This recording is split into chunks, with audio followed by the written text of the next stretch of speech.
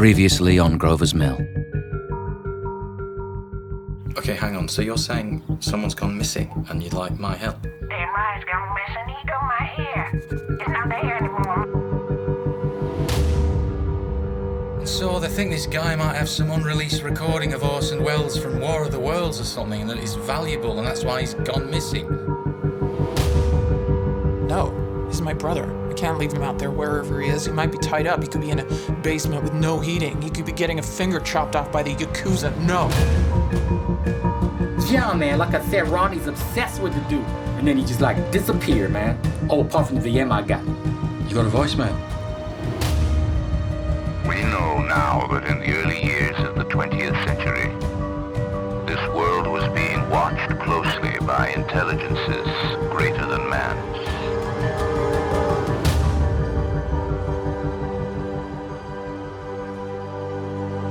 Okay, all flight controllers, go for landing. Retro, go. Rhino, go. Guidance, go. Control, go. Telcom, go. GNC, go. Econ, go. Surgeon, go. Capcom, we're go for landing. Okay, engine stop. We copy you down, Eagle. Houston, Tranquility Base here. The Eagle has landed.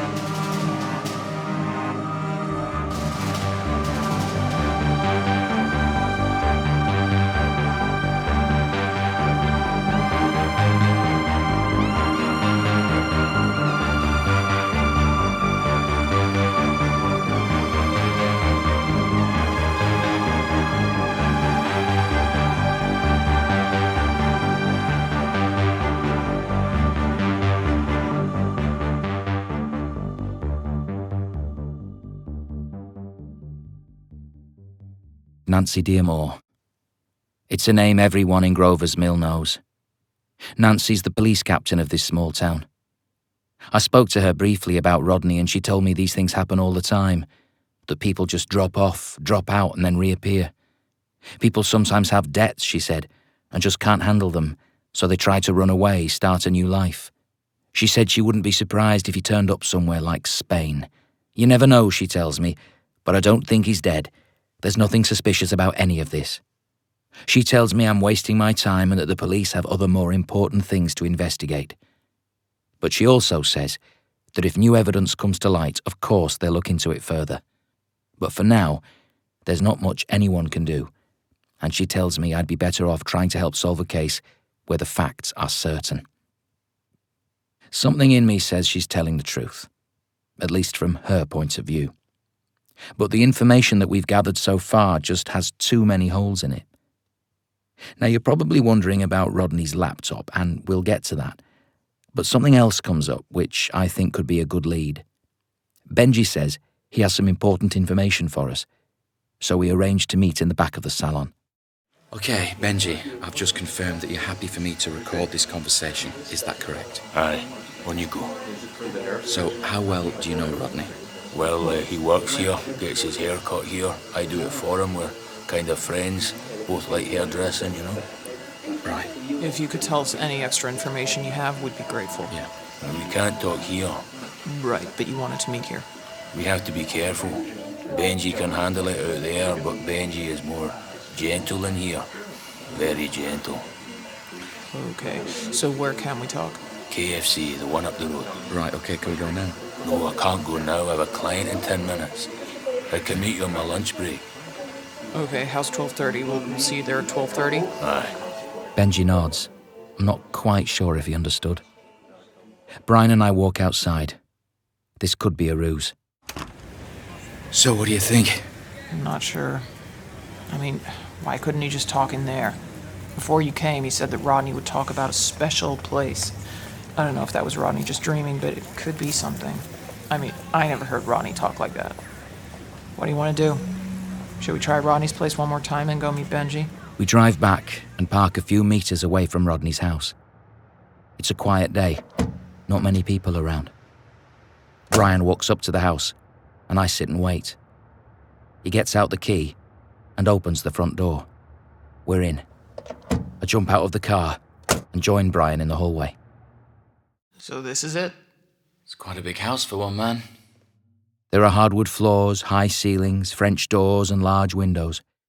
There's some police tape on the floor, some fingerprint dust marks on surfaces, and someone's left blue shoe protectors to one side. There's a fireplace in the living room, and I notice the smell of whiskey in the air. We walk into the kitchen, which is painted duck egg blue, and we look out into the garden. 2 old deck chairs sit in the grass, their feet sinking into the wet ground. Brian opens the kitchen cupboard and pulls out 2 glasses and a bottle of Johnny Walker Blue. I need a drink. Do you want one? Why not? So, where do we start looking? Everywhere and anywhere. We start rummaging through cupboards and drawers. Brian starts in the kitchen and makes his way into the living room, so I decide to head up to the bedrooms. I open a door and see a large charcoal king bed with grey bed sheets. There are some headphones sitting at the end of the bed and some Nikes. There's a side table that stretches along one side of the wall, and there are 2 paintings sitting above it. The paintings are of what looks like a galaxy or a solar system. The bright, burnt yellow of a planet stands out as the focal point in one of them. I open a number of drawers and find the usual stuff, bills, loose coins, an asthma inhaler, some candles, condoms, a few old magazines, but nothing out of the ordinary. I walk into the ensuite bathroom. It looks like any other, almost as if Rodney's just left to go to work. Hairbrush on the basin, some hair gel, toothbrush, toothpaste in the holders, some deodorant, aftershave, the usual. But then something catches my eye. A gold chain on the shelf in the bathroom. I pick up the chain and immediately get a splitting headache. I think that's when I fainted. When I come to, I find Brian standing over me holding the chain. We head downstairs and I sit in the armchair in the living room. Man, I was worried there for a second. What happened? I picked up Rodney's chain and got a signal. A signal? Yeah. When I touch something that holds energy or resonance from that person, I get signals. Really? Well, yeah, that's what I do. It just happens. At that point, we hear someone open the front door. Brian and I panic as we think it's probably the police. Anybody in here? Anybody? It's Miranda. She walks into the living room and sees us. Oh, there you all are. Now, you saw this thing or what? Miranda, what are you doing I here? hadn't heard from you, so wasn't sure where you were at. And I thought I'd come to do some snooping of my own. Wilkie may have gotten a sign or a signal. Is that right, Wilkie? Well, yeah. Miranda heads for the kitchen, and we hear her pouring her own whiskey. She struts back and sits down next to Brian before lighting up a cigarette. So what the hell's this signal thing y'all talking about? Well, when I touch something from the person, I sometimes get a signal. Look, it sounds silly, I know, but I got a signal from that gold chain, so I might be able to get something more from it. Well, what y'all waiting for? We gotta hear some of this spirit shit, don't we? You be talking about it, Wilkie. You gotta prove yourself. Miranda gets up, Oh, Miranda. grabs the chain from Brian, then hands it to me. I close my eyes and wait. Oh, I think Wilkie be going into the twilight zone. So, this is going to sound weird, all right? There are a million skeptics out there who say that none of this is true, but look, I can tell you, for me, it's real, and it happens. And it has helped solve a lot of cases.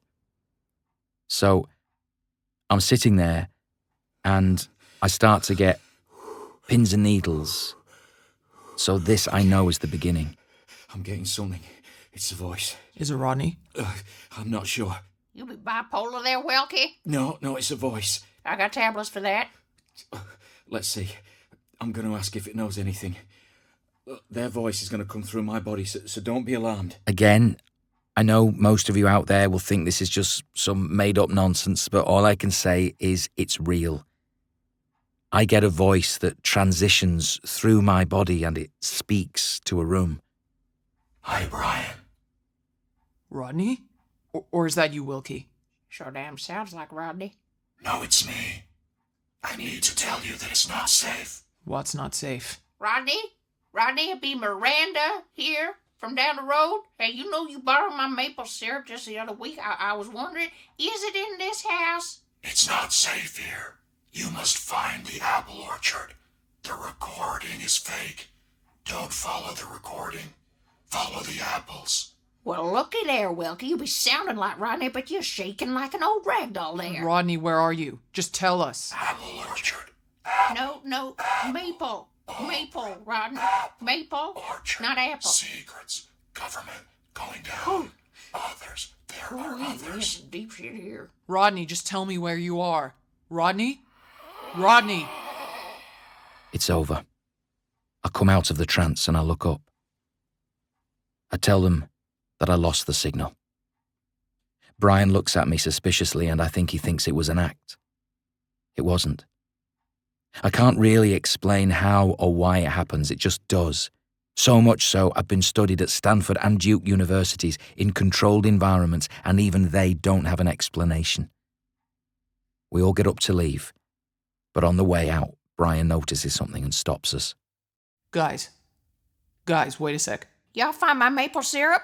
No, but you see here in the hall, Rodney had, I think, from memory, 3 paintings? Yeah, see? Look, see these marks? Oh, yeah.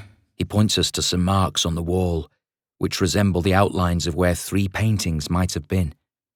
There are also 3 picture hooks. Yeah, that'd be right there, Brian. He had those paintings of those weird alien women tilting their heads and looking at you like they knew something of you. I told you they was missing. Are you sure?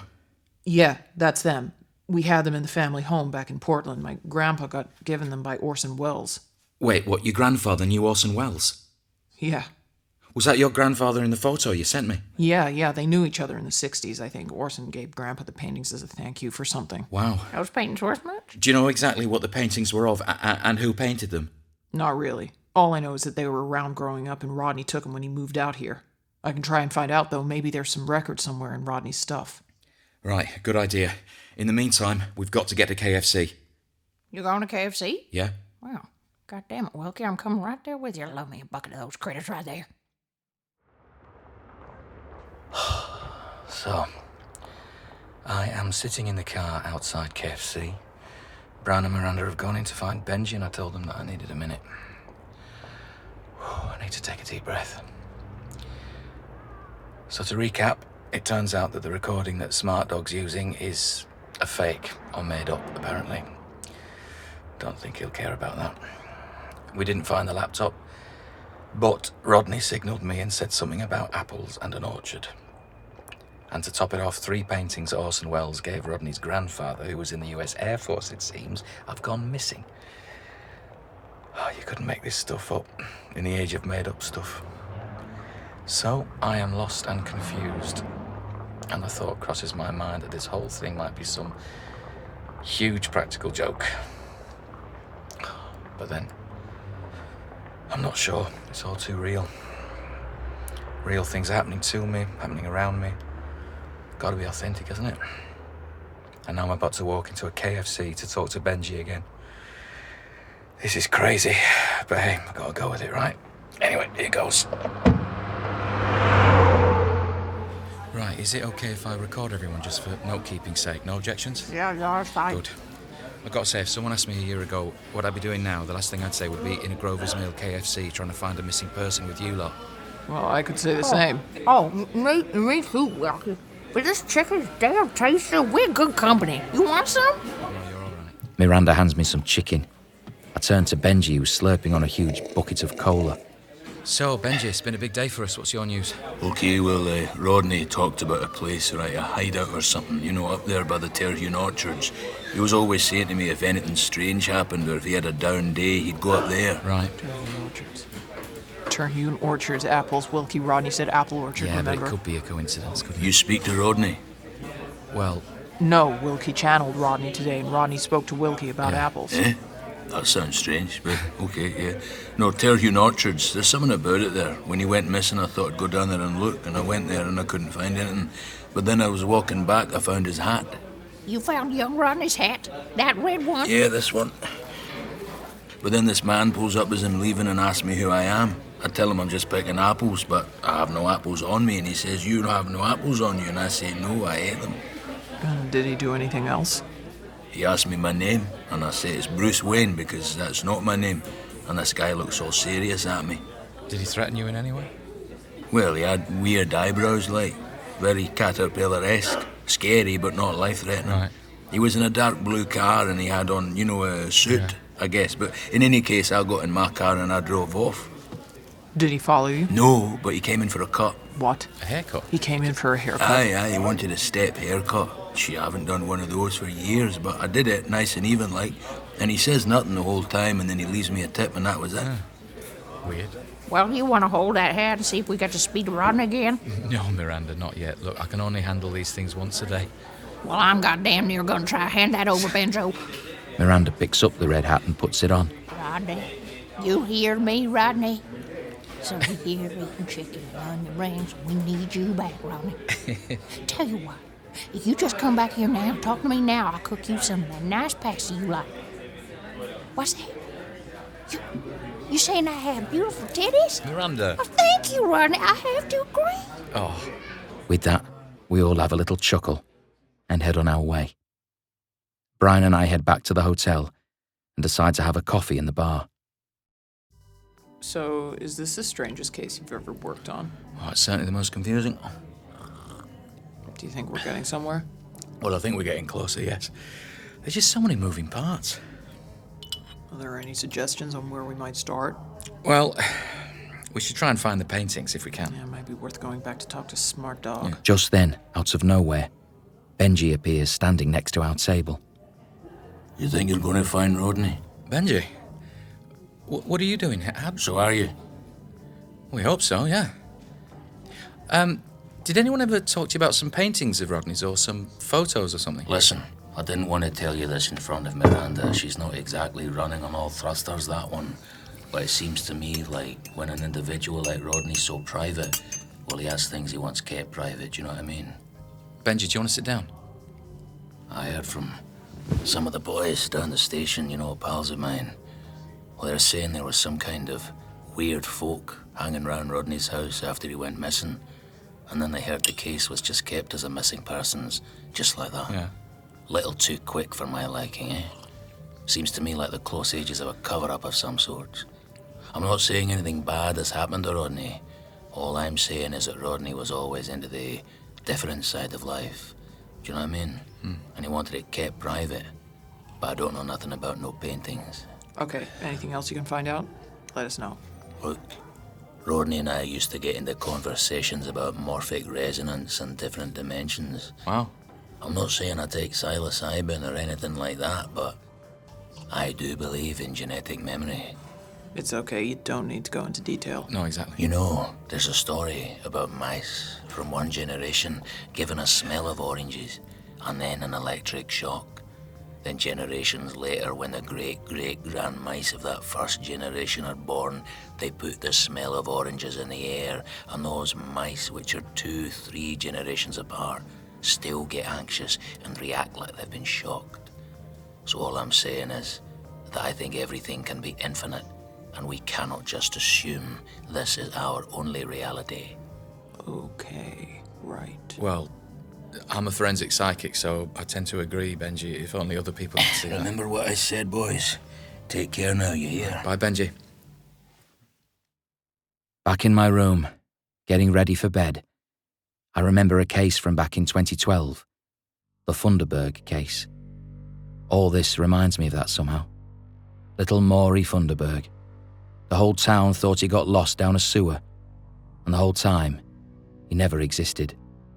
They'd made him up, retouched photos, and sent me on fool's errands. I wonder about this case in the same way, but then there's so much more to it. So after a taxing day, I go to bed with another million thoughts swirling in my head and wonder again what the hell I'm doing in this small town in New Jersey when I could be back in the UK. The following morning, Brian and I head over to see Smart Dog. We get to the studio, but he isn't there. No one knows where he is. The producer says he saw him a couple of days ago when they were both laying down a new track. The receptionist didn't know much at all either. I ask when he's going to be back, and she tells me it's dependent on when people have money. That gets me thinking. That's a motive for sure. From meeting Smart Dog, I don't think he would do anything sinister, but often with these cases you just never know, and it's always someone close to the person. I mean, who knows? It could be a fake kidnap for some reason, couldn't it? But then Brian or someone would have had a ransom call by now, I guess. As we're leaving, the sound engineer runs out and tells us it might be a long shot, but Smart Dog used to hang out in Van Nest Park and shoot his rap videos there. He tells us that a few wannabe rappers do the same thing, and that Smart Dog could be up there hanging out with his old crew. We decide to give it a shot and put it into Google Maps. We pull into Van Nest Park. It's lush and full of bright green trees, huge sparse areas of grass, a river with ducks waddling along the banks.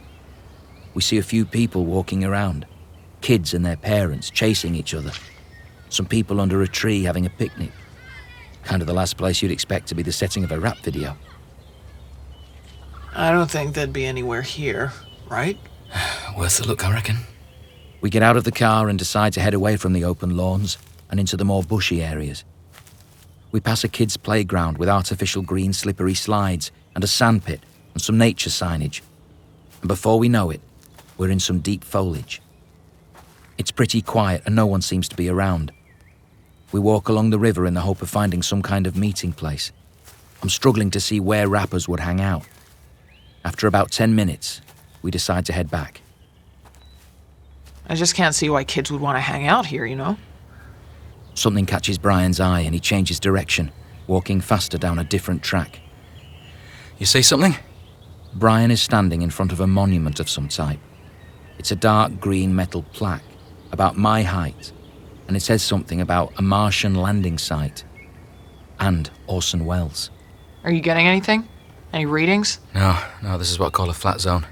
Not much energy here, strangely. We head back to the car, and as we get there, we see a group of teenagers hanging around the back of a couple of pickups. The truck doors are open and music is playing. There are two boys, probably 19 or so, and one girl who looks a bit younger, probably 17 or so. They're all dressed in sweatpants, and the boys have gold chains. The girl's hair is slicked back, and she has those big panda eyes. We decide to ask them if they know anything about Smart Dog. Hey, yeah? How you guys going? What you want? Hey, we're just wondering if you guys know Smart Dog. Yeah, might do. Depends. Who wants to know? I can tell she's hinting at cash, so pull out $20. Here, that'll do it. Give me that. The guy takes the money off the girl. Yeah, what you want to know about Travis, yo? Well, we're just wondering if you guys know where he could be. Why you want to know? Like, Travis just nobody. We're looking for my brother Rodney. He's gone missing, and we know Travis. It's Smart Dog, yo. You know, Smart Dog. Hung out with him a bit. Yeah, Rodney cut her face, man. He be cool. Travis got his hair cut there, kind of hung out, so yo what? Well, we're hoping that Smart Dog can help us, that's all. I don't know. I know Travis been laying down tracks with Rodney's music or recordings or something, but man, I don't know. Travis be living in that share house down Rabbit Hill Road. You could try there, right? You know what number? Nah, man, it's just been that big house there down the road. You know what I'm saying? You know, Travis told me one day he was gonna blow up and record like a whole album. What, you chatted to him? Yeah, he told me some story. I thought it was bullshit. Wait, what story? Well, me and Travis were at my crib. Turn that shit off. I want to hear this.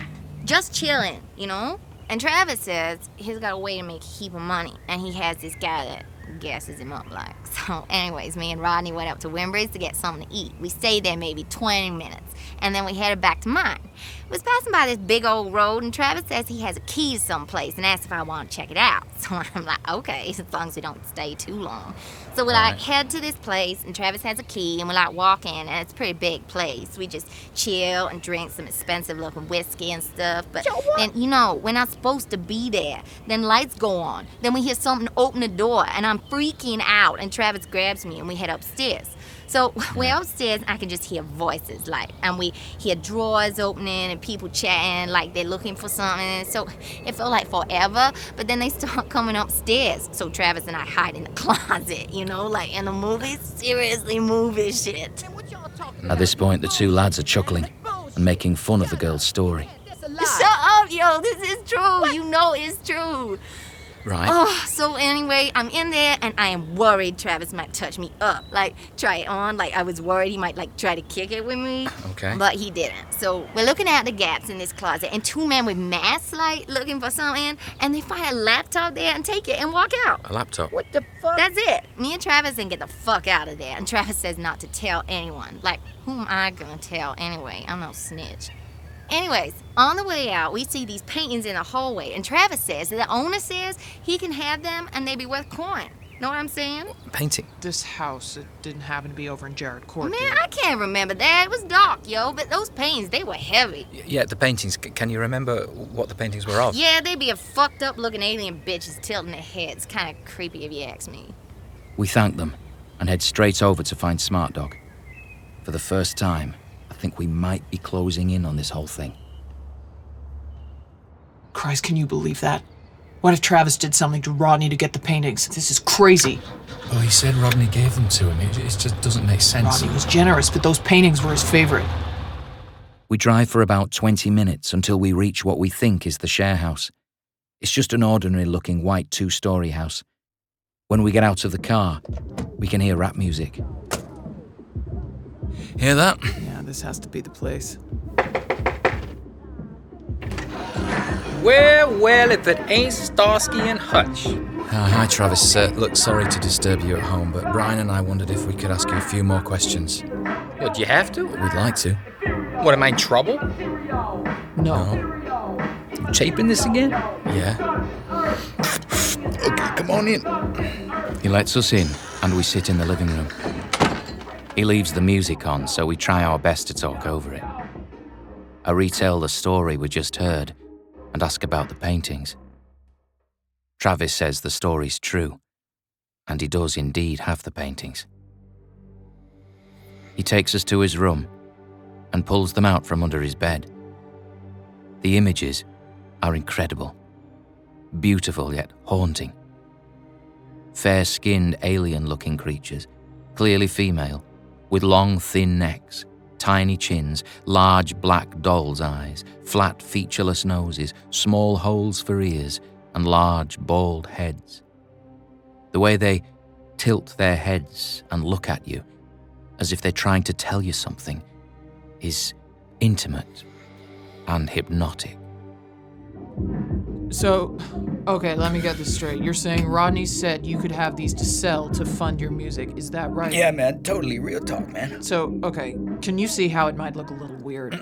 You know, like he goes missing and you have the paintings? Not really, man. He trusted me, you know. You could take these if you want, but Rodney, he'd be detailed. Like, you know, he sent me an email about it. An email? Right there. Smart Dog scrolls through his phone and pulls up an email. Brian confirms it's from Rodney, and basically it says he can have the paintings, so it seems to pan out. But then he tells us he told everything to a police officer who turned up at his house. Although he said he thought it was strange because he says he didn't look like a cop, more like a lawyer in a suit. Okay, so this guy you spoke to, did he give you a name? Man, I can't remember, man. He was a shady cat, you know. Man in black type. He had a step haircut kind of thing. I wasn't so sure either, man, so I just played dumb. He said he was working with the local black and white, you dig? Right, well, look, you've got our mobile numbers if you think of anything else, right? Mobile. English style, love it. Sure, man. I just think we gotta find Rodney, you know. I hope he just ran away.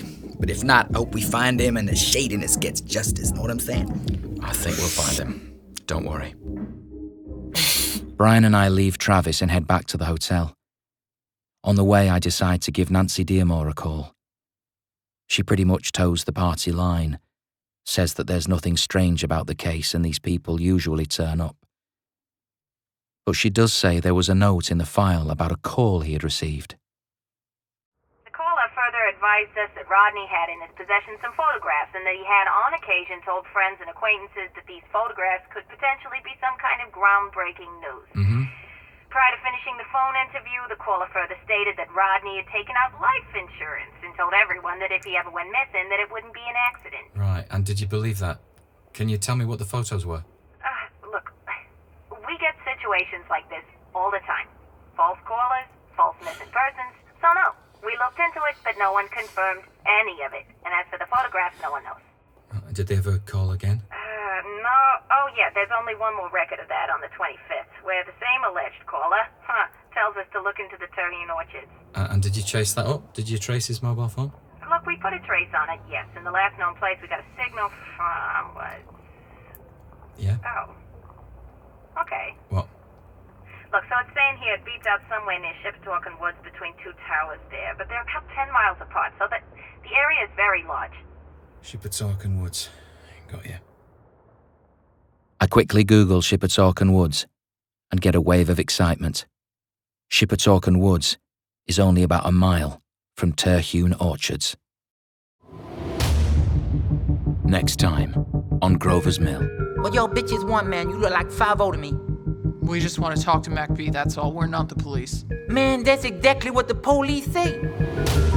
Somebody down there got a hold of the forensic report on the blood and Wilkie. It's not Rodney's.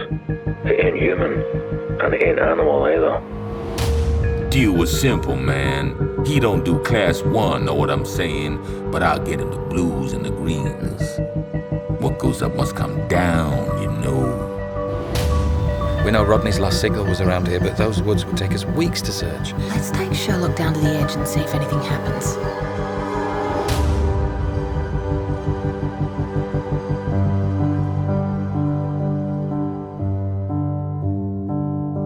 Grover's Mill is written and produced by Matt Cohen-Gold, Garrett Dupes, and me, Wilkie Poe. Music and sound design is by Matt Sladen, with special thanks to Rupert Degas and Amy Horn. We'd also like to thank Megan Tate, Mark Luhack, Barry Stewart, Marcus Beer, Stephen Busatil, Zan St. Pierre, and Anya Dolganova. This has been a Grover's Mill production, copyright 2018.